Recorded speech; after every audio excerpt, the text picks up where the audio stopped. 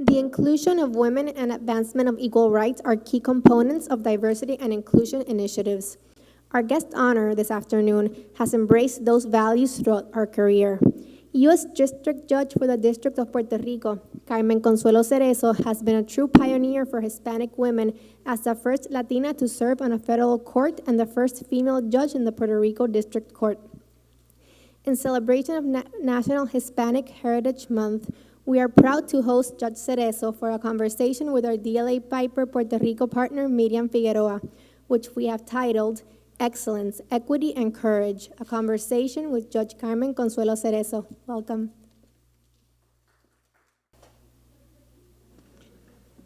Good afternoon, everyone. Thank you for being here. This year, DLA Piper's National Celebration of Hispanic Heritage Month honors a true judicial pioneer, a Puerto Rican woman who's still devoted to the legal profession after 47 years in the bench. We are humbled not only to honor U.S. District Judge for the District of Puerto Rico, Carmen Consuelo Cerezo, but also to hear a personal message from her and engage in a dialogue concerning her career, matters before the bench that have impacted her, as well as her views on what can be achieved in Puerto Rico when we convene for this kind of dialogue. We know that we have become better as a society through the inclusion of diverse leaders. This forum gives us an insight as to what is achievable. We have had an amazing day so far.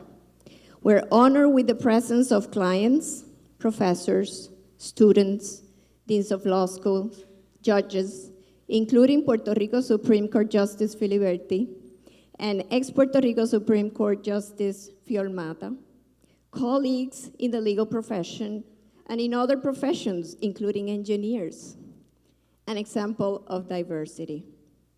We have been discussing a variety of angles on the subject of diversity and inclusion, from dress code protections of the law to the advantages of diversity in the workplace and in the world, to real-life examples of successful D&I programs such as DLA's own program. We also had the privilege of hearing another amazing woman, Justice Fiolmata, who shared with us her views and knowledge on implicit bias. And we learned the term sesgo implícito and strategies to offset and overcome bias. She further called on us not to be indifferent to prejudice, because that would constitute a violation of ethical standards that govern our profession.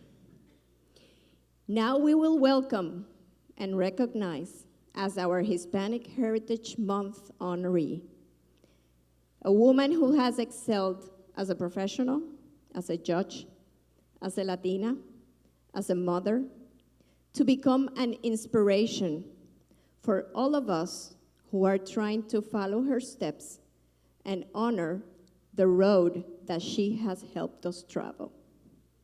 Judge Carmen Consuelo Cerezo. Please, let's welcome her.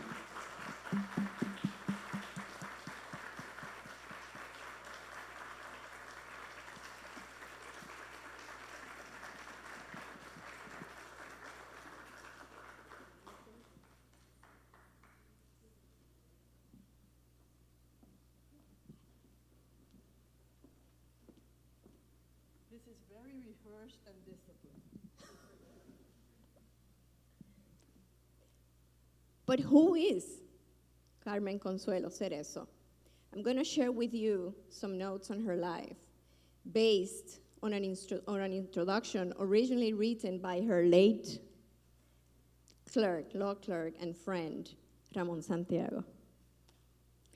Carmen Consuelo Vargas Martínez de Cerezo was born in San Juan in 1940. She's the fourth of 5 children born to Consuelo Martínez Cuevas and Pablo Vargas Vadillo. In her early years, and before ever dreaming of becoming the first woman to be appointed to the bench in the U.S. District Court for the District of Puerto Rico, and the first Hispanic woman ever to sit on the bench of a federal court in the United States, Judge Cerezo was simply known as Carmita to her dad, and Cuca to her 4 siblings and friends, or Doña Carmen o la Juez, as her children friends now know her.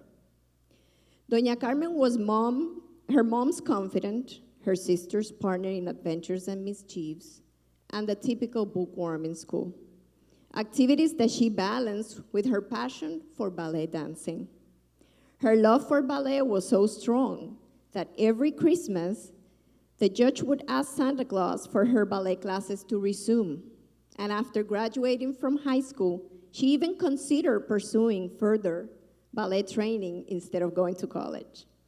Yet, Doña Carmen's destiny was not to become a famous prima ballerina, but rather to serve as an esteemed judge. Doña Carmen obtained her high school diploma from St. John's School in 1958, and 1 year later enrolled in the University of Puerto Rico, Rio Piedras campus, where she graduated in 1963 with a Bachelor of Arts in Philosophy, summa cum laude. She went on to law school, where she met the love of her life, Benifranchi Cerezo, whom she married in 1964, adopting his last name from then on. She received a Juris Doctor degree from the University of Puerto Rico Law School in 1966. Her stellar career started with a brief stop in private practice shortly thereafter.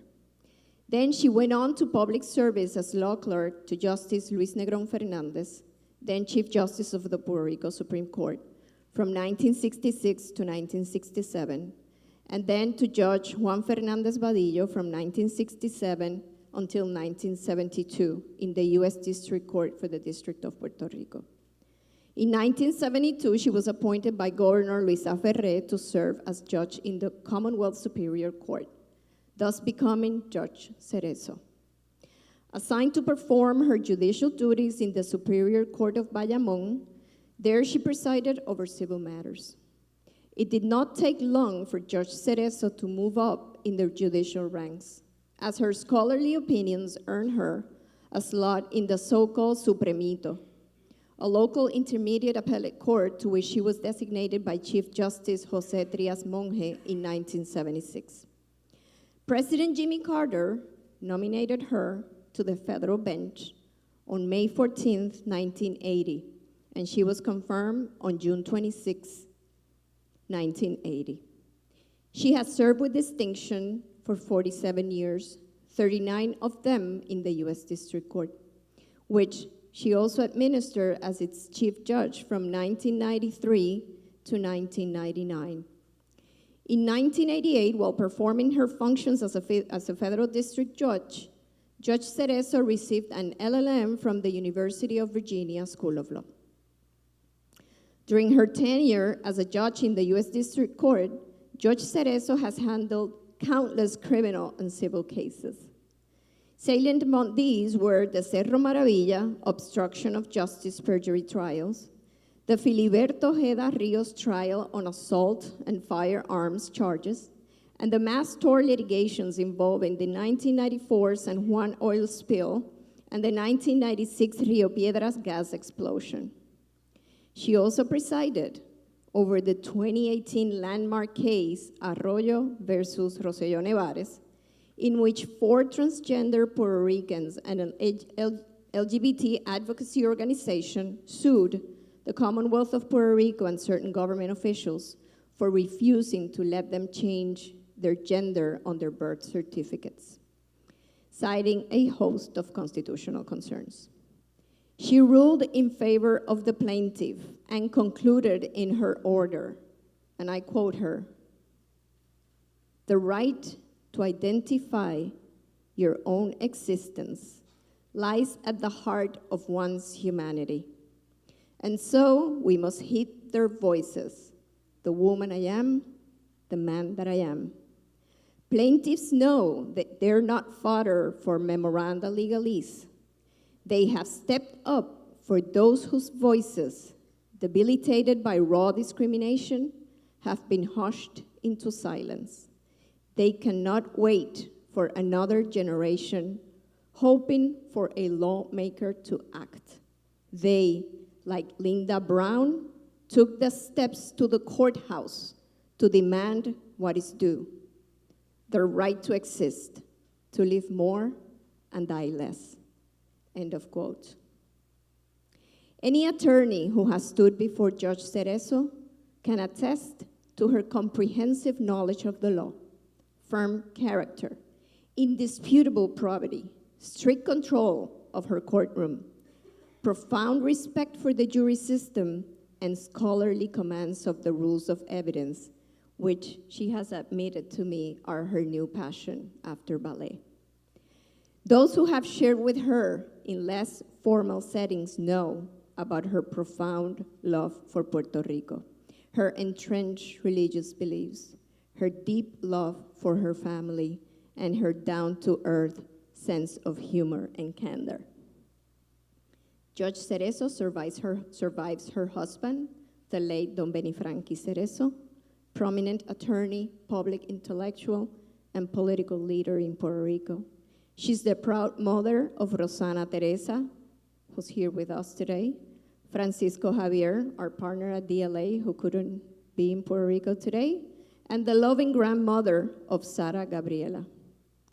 Please join me in welcoming to the stage Judge Cerezo, who's going to share with us a very personal message.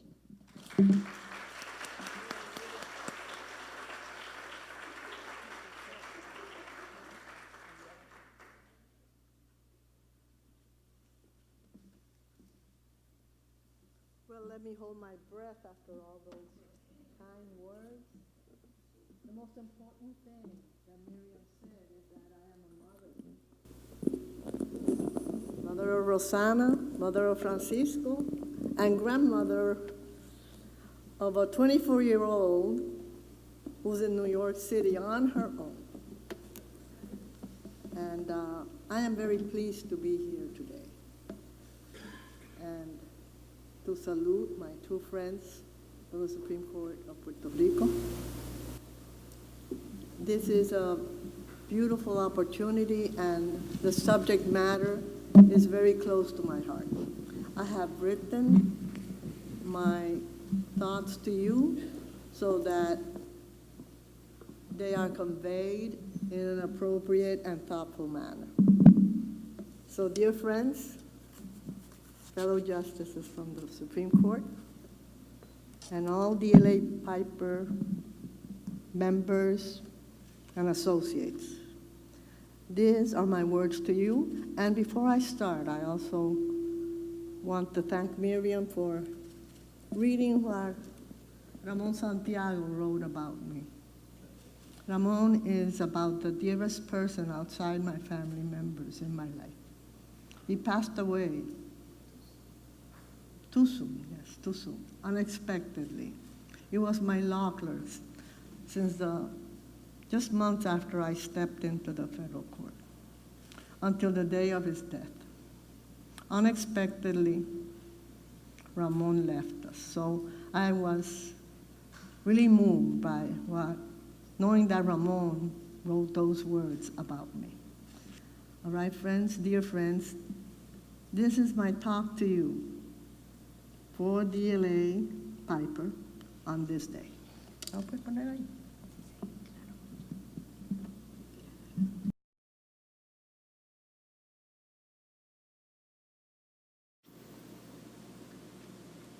The National Hispanic Heritage Month of the year 2019 started on September 15 and ends on October 15. It celebrates our Latino Hispanic culture, history, and presence. National Hispanic Heritage Month celebrates our Latino Hispanic culture.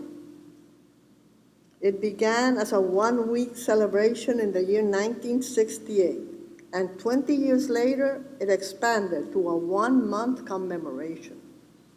Hispanics celebrate tradition, they celebrate honor, and they celebrate heritage. While we are known, among other things, for our music and our dance, we are neither a Caribbean backyard nor a carnival. We are a fulfilled and a diverse people. We are the Latinas, and we have grown up together.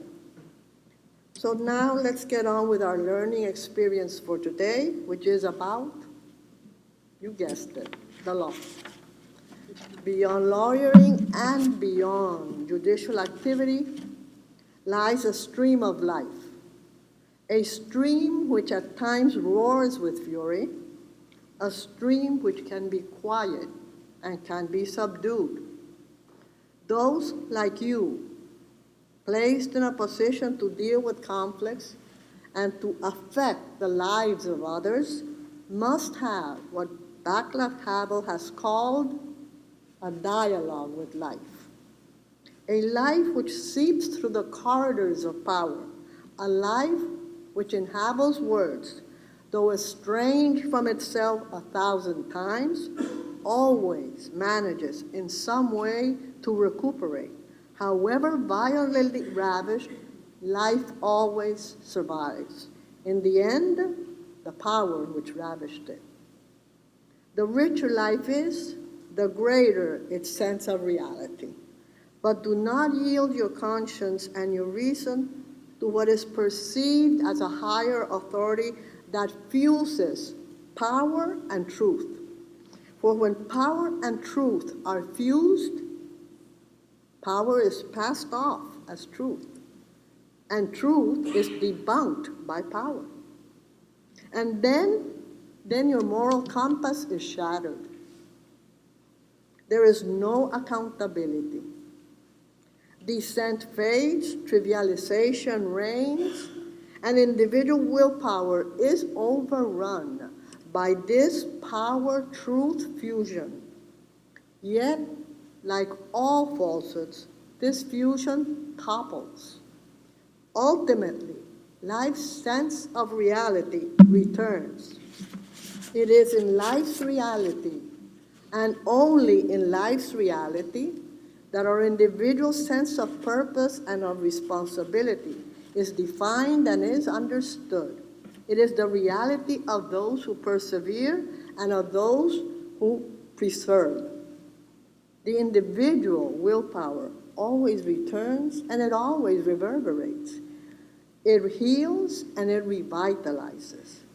Now, institutions that serve society can neither function nor grow if the citizens lose the faith. When institutions start dying from within, the early symptoms of decay are not visible to the citizens. For example, the ritualistic and the highly structured nature of the judicial process, full of symbols and full of dignified tradition, makes it more difficult to glean its true condition at a given time. The ordinary citizen becomes a participant of this essential daily process and is shepherded in and out of courts and in and out of law offices, overwhelmed by problems and by a need to survive. He is so engrossed in closing the deal, in beating economic ruin, or the loss of his individual freedom, that the underlying realities are unknown or dismissed. Look at the judicial process functions, atrophied by personal ideology, interest, or personal bias. The citizens are alienated. They are cut off from the process, left frustrated and impotent by the wayside. And then there will be no place to go. Attorneys and courts, like other spheres of power, are instruments of significant social change. Why? Because they prick the conscience of the complacent, of those who walk the corridors of power. Instrumental reform litigation in my own district detected and denounced dire prison conditions in the Commonwealth of Puerto Rico. And there also lies before us in the national scenario a torrent of controversy and a shrine to privacy, which is Roe v. Wade. There lies also Brown v. Board of Education, which struck down the doctrine of separate but equal in public education, which was a means of dehumanizing individuals in their formative years.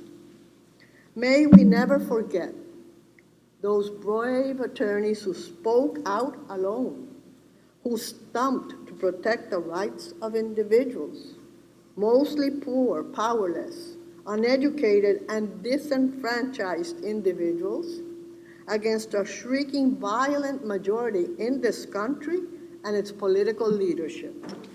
A majority and a leadership that did everything possible at state and at national levels first to ignore, and later to stop the deluge of decency that threatened to wrap an entire nation after Brown.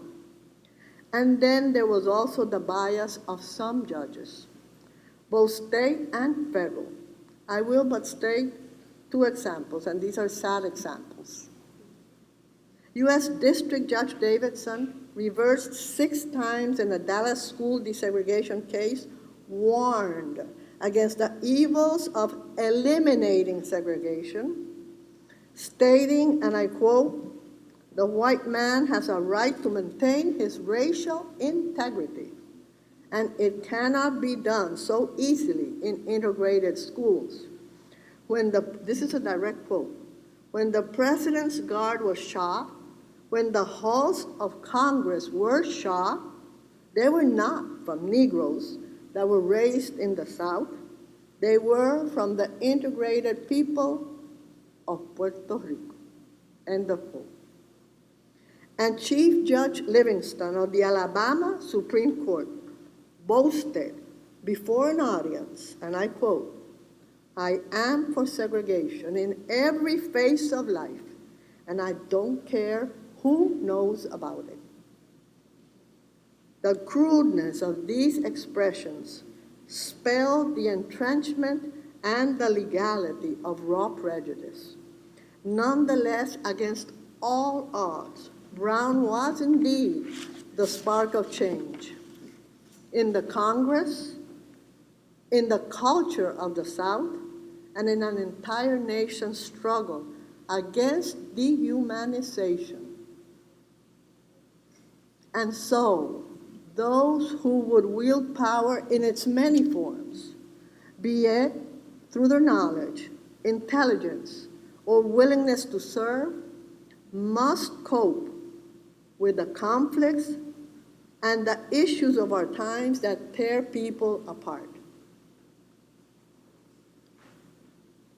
Apathy, inertia, and bias have carried the day for too long.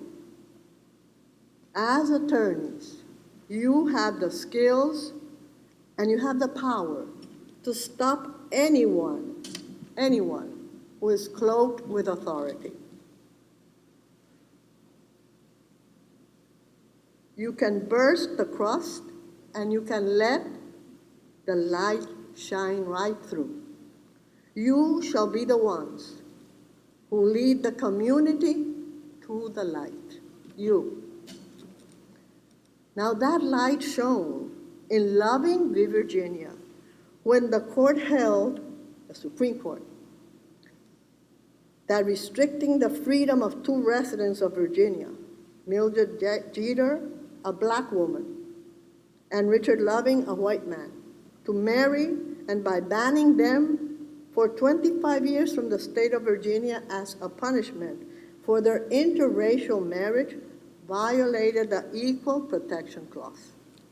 Chief Justice Warren said in the Loving case what Justice Kennedy again acknowledged in the Obergefell v. Hodges case that was decided in June 2015. That is, that freedom to marry is one of the vital personal rights, essential to the orderly pursuit of happiness, and is fundamental to our very existence and our very survival. In Obergefell, Justice Kennedy said at page 25, and I quote, "Dignitary wounds cannot always be healed with the stroke of a pen." That's end of quote. 3 pages down, the court healed those wounds with the stroke of a pen, stating, and I quote, "No union is more profound than marriage, for it embodies the highest ideals of love, fidelity, devotion, sacrifice, and family. In forming a marital union, two people become something greater than once they were. As some of the petitioners in these cases demonstrate, marriage embodies a love that may endure even past death. It would misunderstand these men and women to say they disrespect the idea of marriage. Their plea is that they do respect it so deeply that they seek to find its fulfillment for themselves. Their hope is not to be condemned to live in loneliness, excluded from one of the civilization's oldest institutions. They ask for equal dignity in the eyes of the law, and the Constitution grants them that right." That's the end of that quote. And so, that landmark case ruled, and I quote again, that the Constitution guarantees a right to same-sex in marriage, under the Due Process Clause and the Equal Protection Clause of the 14th Amendment. Today, ladies and gentlemen of this audience, courts are still the last stop. It is the only choice for many. Despite the anger, the frustration, and the alienation of ordinary citizens, they still come. Courts are your source of energy and my source of energy. Citizens come to the courts from all walks of life, seeking guidance, respect, and searching for the faith. They cannot be greeted with the trappings of hierarchy or with boilerplates of traditional rhetoric. So let us look into the citizens' faces. You as attorneys and I as a judge. We shall speak to them with honesty, with mutual respect, and with courage. Those in the wells of the courts, those beyond, who are seated at the courtroom benches, those who are waiting for justice to come their way, and those who claim, who struggle, seek, and stump. What do they represent? I tell you that they represent the faith. They are still the believers. And you, what do you believe? Where do you plant the seeds? Each one of you in this auditorium and outside has a responsibility to the whole span of human activity, for when an individual fails another individual, and when an individual fails society, he or she retards our growth as a people. So attorneys, you are here to serve those in need.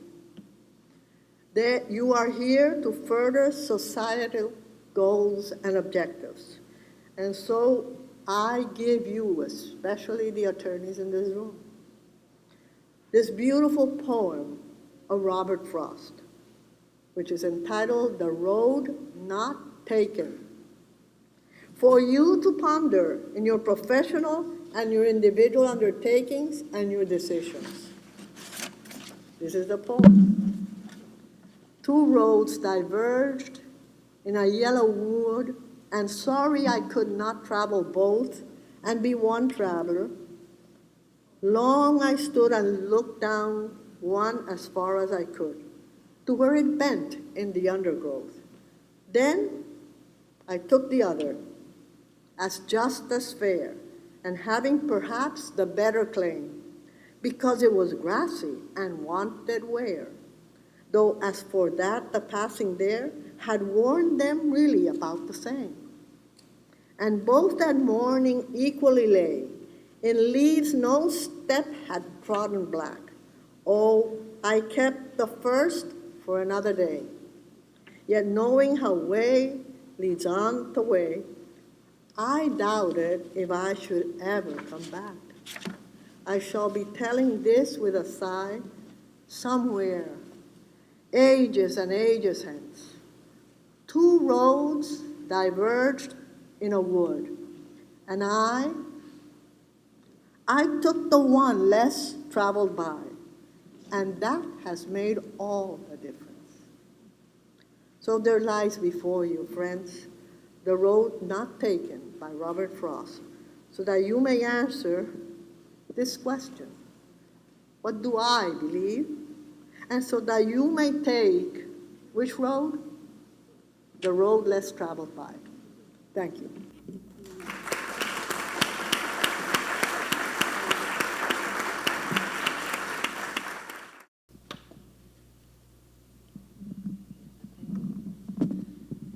Well, Judge, thank you for your words.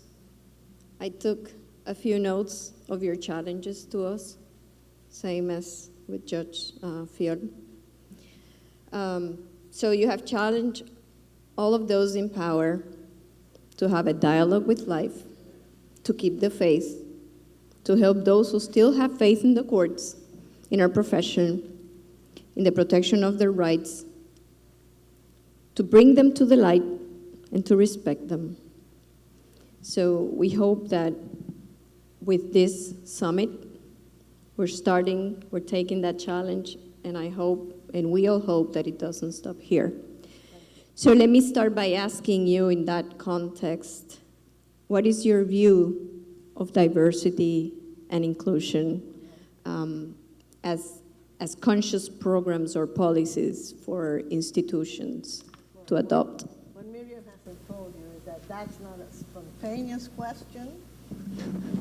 That was a written question that I had before me, and most of the questions were really something that required thought before answering them. So I didn't want to give an off-the-hand answer to any of the questions that were posed. And I will read you my answer to Miriam's question, which basically is, what is your view of diversity and inclusion as a conscious program or policy implemented by corporations and institutions? My view of diversity and inclusion. So my answer to that is, and I'm open to other questions, diversity and inclusion in an employment setting, whether corporate or non-corporate, promotes pay equity to all employees. Promotes pay equity. There have been improvements related to more employment diversity in the work setting. However, pay disparity between female and male employees continues to exist. Therefore, although there may be a greater diversity, pay discrimination is a setback for female employees. Diversity and inclusion will continue to increase as workers insist in demanding compliance and corporate employers acknowledge the benefits of diversity, not only as to the quality of the work product, but also as a means of promoting employment to a wider spectrum of the work population.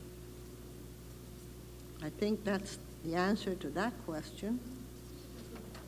Anything you want on it? And then in that context, and I'm going to change a little bit here, just move ahead to then your views on the impact that you believe that the Lilly Ledbetter Fair Pay Act has had on pay equity, if any. Well, it certainly has had an impact. That's in another of the questions, the Lilly Ledbetter Fair Pay Act.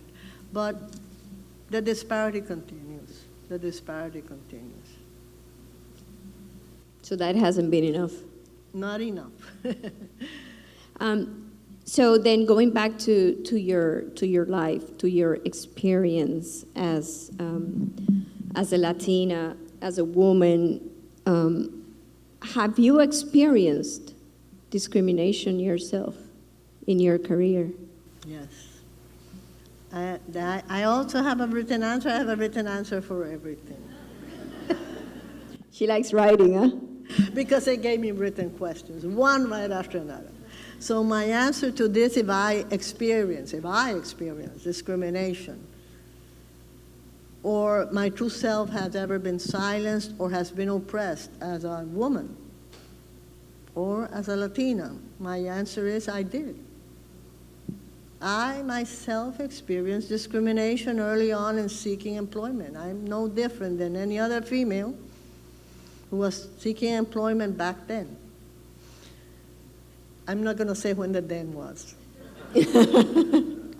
But that discrimination was in the form of a rough statement, and it was a prohibition.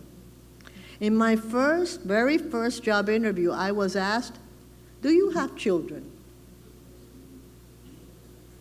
And I answered, "Yes, I have a daughter. She's right here today, a lawyer." That was followed, my answer was followed by a chilling admonition. The admonition was, you cannot have any more children. As crude as that.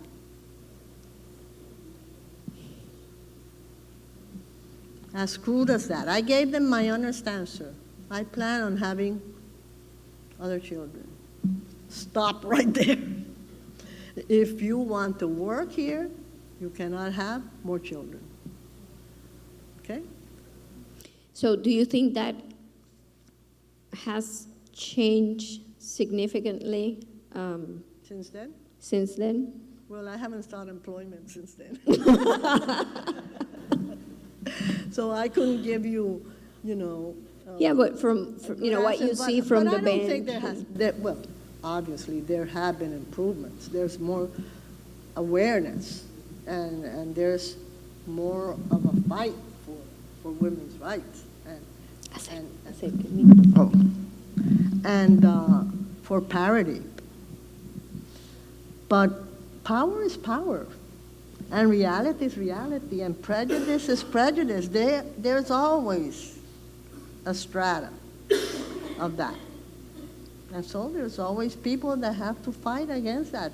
Some fail, some don't.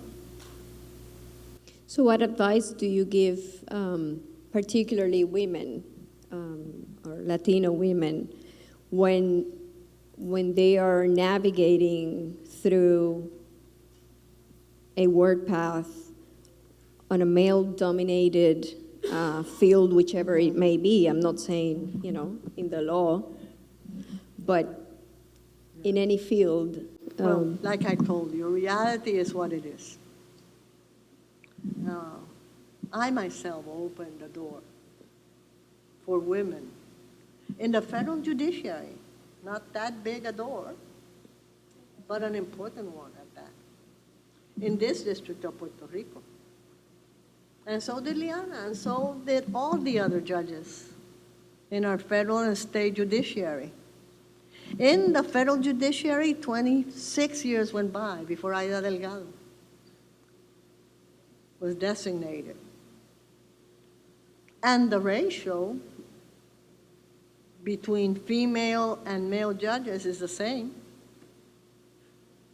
So my advice to women to succeed, as you asked, in male-dominated fields is first that you have to apply. Forget about the results. You have to apply. You have to compete. And you have to apply and compete with the best possible qualifications. So that means hard work to get into that playing field with the best possible qualifications to compete. And so you must throw your hat in the ring. Throw your hat in the ring and be counted. Be counted.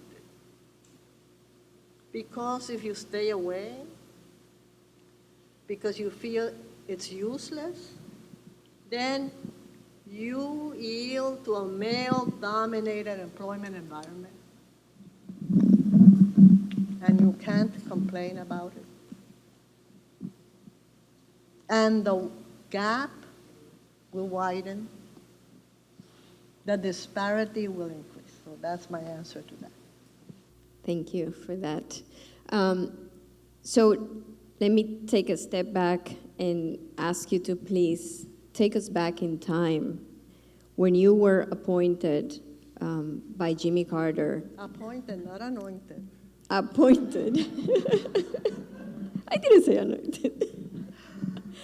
So we're talking about 1980, big foreign policy issues going on, Cold War, Soviet-Afghan war, Arab-Israeli conflicts, Iran hostage crisis.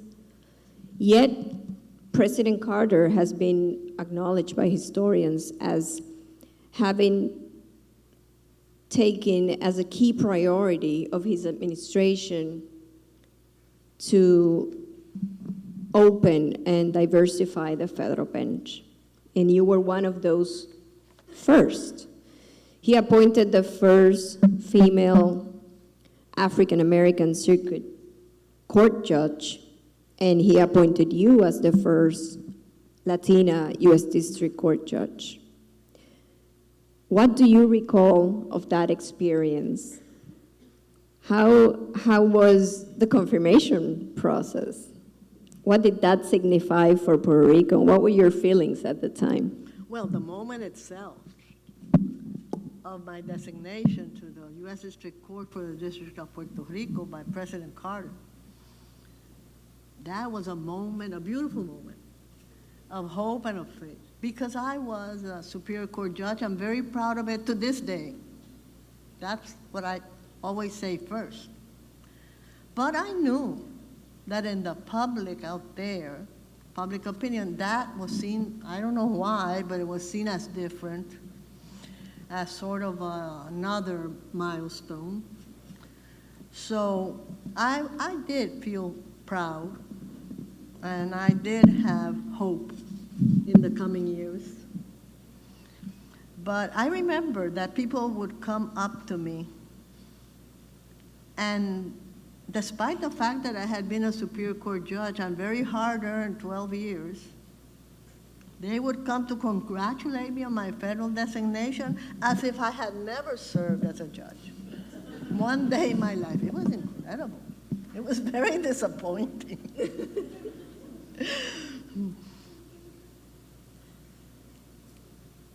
And so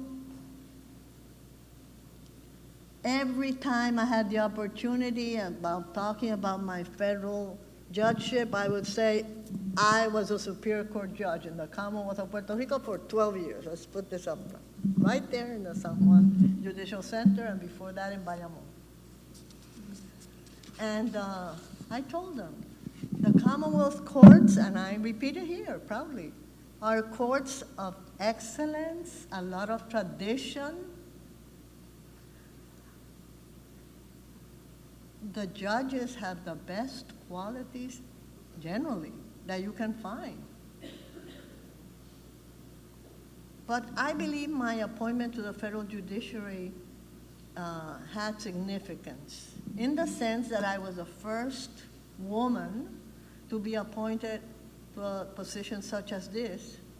And so it was seen as this breakthrough. And it was seen, regarding the topic for today, as a step towards diversity in the federal judiciary, because there were so many, there were so few women. I remember going to these conferences in the States, and I would sit there alone and be surrounded by males. They were all male judges. There would be 2 or 3 of us from the entire region. But it was a breakthrough. and it was a step in the right direction of diversity and of inclusion. And it was a crack, una grietica. But the male dominance of the judiciary was cracked, and that's what's important. It was cracked. Now it has two cracks. Let's see how much longer it takes, but it's still cracked. And I'm still holding in there to crack it more. Okay? So now, 47 years later, can you share with us any case in particular that you recall, either that was challenging or that impacted you or that it was rewarded, or that you felt that you had to protect someone's rights even against opposition or perception or whatever it may have been? Well, that question has a clear answer. Filiberto Ojeda Rios. Filiberto Ojeda Rios. Filiberto Ojeda Rios. Because a judge always, state or federal, has to protect the constitutional rights of criminal defendants. But in the case of Filiberto Ojeda Rios, I had a very unique situation. He was detained in the courthouse in a detention cell 24 hours without bail. As a matter of fact, he was just steps from my chambers in the old San Juan courthouse, in the 5th floor. Sometimes when I went out, I would find him in the corridor because he was being taken somewhere. But when Filiberto Ojeda Rios left that detention cell, the whole courthouse stopped. The whole courthouse. There couldn't be anyone in the corridors. The elevators wouldn't run. If I stepped outside, I had to say it first. The judges couldn't just be wandering around. There was this thing about that case that was really unique. He was viewed as a very different kind of defendant. Some called him a terrorist, others called him a hero. And I met with him in chambers to talk about his defense because he had standby counsel, but he was defending himself. And his defense was self-defense at the time of the shooting in Luquillo. Okay? So I met him, and well, the first thing I had to take up with him was a small matter, but it was an important matter because Filiberto Ojeda Rios had a cardiac condition, and he had had open heart surgery, and he needed to exercise. So he was not allowed to go to the gym. There was a gym there for the marshals in the old San Juan building, but he wasn't allowed because he was a criminal defendant. And these are law enforcement officers. So I was trying to find a way around that. And it did not make me long to decide, this is a little bit funny, that a new stationary bicycle that had just been bought by the U.S. Marshals would be sent from their gym to his detention cell. You took the bike from the marshals and gave it to Filiberto. I took it away from them. And I gave it to Filiberto Ojeda Rios to exercise. Because I knew that I had to provide him a reasonable detention facility. And they didn't want him anywhere. They didn't want him in the federal jail. They didn't want him in the local jails. So he came to the courthouse, to a detention cell, where he was kept 24 hours, night and day. Okay? Locked up. Doesn't take much to know that he needs to exercise. I couldn't just have him walking the streets of San Juan. So what could I do? Take the bicycle away from the marshals. And I gave it to Filiberto Ojeda Rios. And he exercised a lot.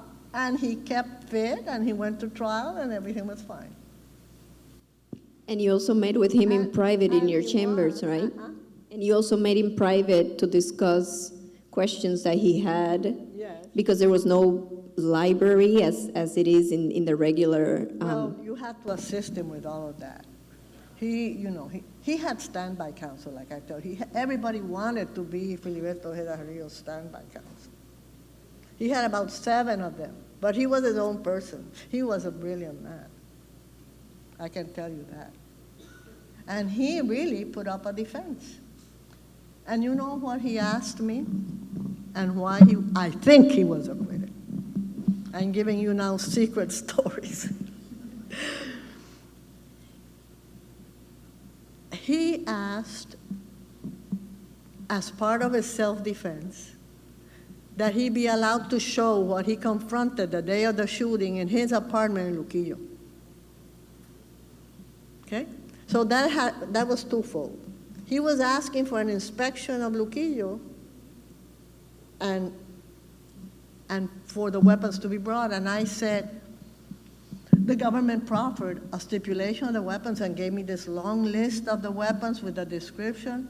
Filiberto Ojeda told the court, no, I cannot show my self-defense with that piece of paper. I need for the weapons, the firearms to be brought. And I was told, what if there's an attack on Puerto Rico? I said, I don't think we're going to be that unlucky. So how long does it take to bring them here and back? 15 minutes. So I ordered that they be brought. And when those weapons were brought, they covered the old San Juan 5th floor courthouse has a huge bench. And it covered the hall where the court reporters sit, and it came up to my higher bench. And when those jurors came down, because they had to come down from a jury room up there, and opened the door to the courthouse, they all jumped. I remember that distinctly, because they were impacted by the number of weapons. There were all kinds of weapons, from long weapons to handguns, but they were all there. The government complied, and they brought all the weapons. And he was acquitted. Huh? And he was acquitted. He was acquitted. We also went to Luquillo. And there were all kinds of things that I would be killed on the way there, that I would never make it to Luquillo. That's what they told you? Who told you that? Yes, the people close to me were very, they were afraid that something could happen. But I had a brave law clerk. Her name is Judy Selsby. And Judy and I went with the deputy marshals to Luquillo. And it was very simple inspection. It was a very small apartment. You open the door, and right there where the shooting occurred was a stairwell. So it was very different. I mean, we had been going back and forth on the inch here, the inch there, the second or the third step. When we got there, opened the door, everything was so clear. You didn't need anything else. There was that stairwell, and all of the testimony came back. Where he was, where the law enforcement officers were, what exactly happened there.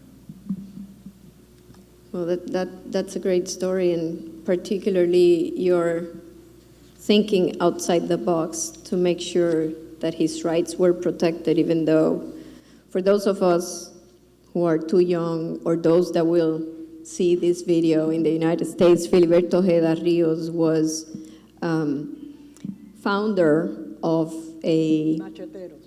Los Macheteros, the Ejército Popular Boricua that believed in armed,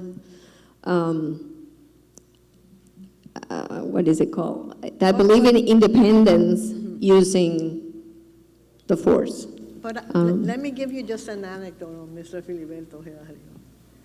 I remember the first day I went into court, he just sat through, he wouldn't get up for me. And so the marshals came, well, what do we do? Do we forcibly make him stand? I said, no. Nobody who wants to stand with me, I'm going to make them stand. He doesn't want to stand with me when I come in, fine. But there's a jury. Let's see if he stands for the jury. So I would come in first. I never came after the jury. I would come in first, and he just sat there. The jury came in, and he sat there. And then we started selecting the jury, and it was what we call an individualized voir dire, where you have to ask individual questions to individual potential jurors. And you do that at sidebar with the defendant there, and he was his own attorney. And somewhere, I think, he understood he was going to get a fair trial. He understood it. And after he understood it, everything changed. He would stand up. Every time he would stand up. And that made it so much easier, not because I wanted him to stand up for me. I'm not the court. The court is the court. No individual judge is the court. The court is the whole court system. He wouldn't stand or acknowledge the fairness or the reality of the court, fine. But he ended up being the most disciplined person that you can imagine as a criminal defendant. I never had one incident with that defendant. And he served as really very active as his own attorney, very active. And he made his opening statement and his closing argument. And I allowed him to address the jury in Spanish, because how could I not? If he is his own attorney, and he cannot speak English, how else was he going to make his case? So he spoke in Spanish, and it was translated into English for the record.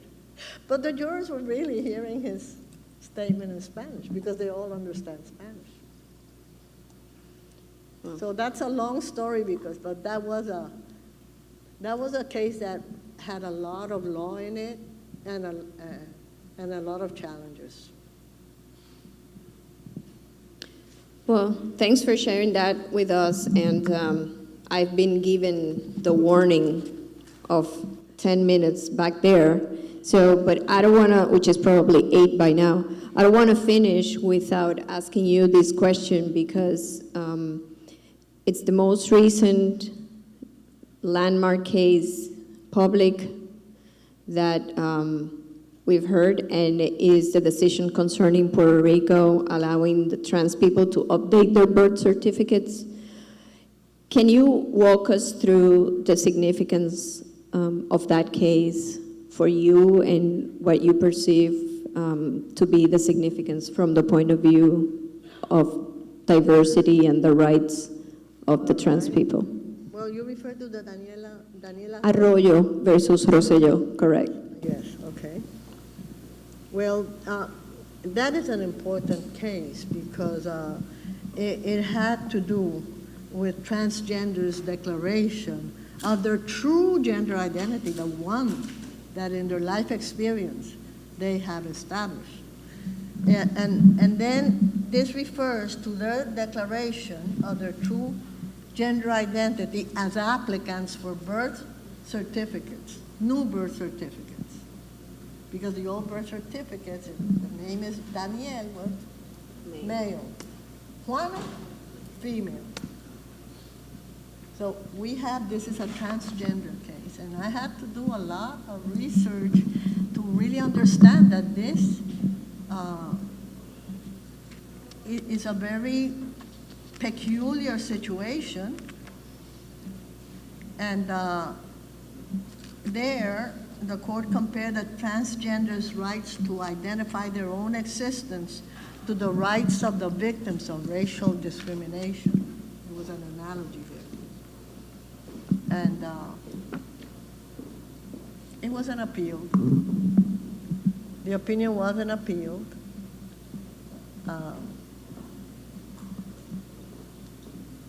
They came to the courthouse as applicants for new birth certificates, and they were given the opportunity to declare their true life decision of what their gender identity was. But then those new birth certificates did not publish that they were transgenders. Okay? So they would write in what their true gender identity was. That was a life decision. You had some of these plaintiffs who had been dealing with that life decision since their teens. And it's really a basic human rights issue. And I think in that sense it was a very important decision because it gave them the opportunity to define themselves in a public document and respect their gender identity, their true gender identity. Thank you, Judge. I don't think we have much, so I just want to end asking you, I'm sure you've seen the best and the worst of human nature in so many years. So what is it that keeps you inspired, hopeful, faithful, convinced that change can still happen? I didn't hear the last part. Convinced that change can still happen. What fuels you? Well, because That we can also learn to get. courts are the last stop. Courts are the last stop. But it's a forum where you receive evidence, where you receive statements, where you receive declaration, where there are rules that guarantee fair play and fairness in the presentation of evidence and defenses. So really, they still come. That's the best evidence that courts are the last stop, and they are the last hope, and they will continue to be the last stop and the last hope for citizens who come looking for justice. Each of you will be there someday. So the Linda Browns of every day inspire you, those who come looking For the faith and the justice. for the faith and the justice. Because if they have faith in the system and they're seeking justice, and the system is fair and honest, then they're vindicated. They are totally vindicated. It's like an oasis. Thank you. Well, thank you, Judge.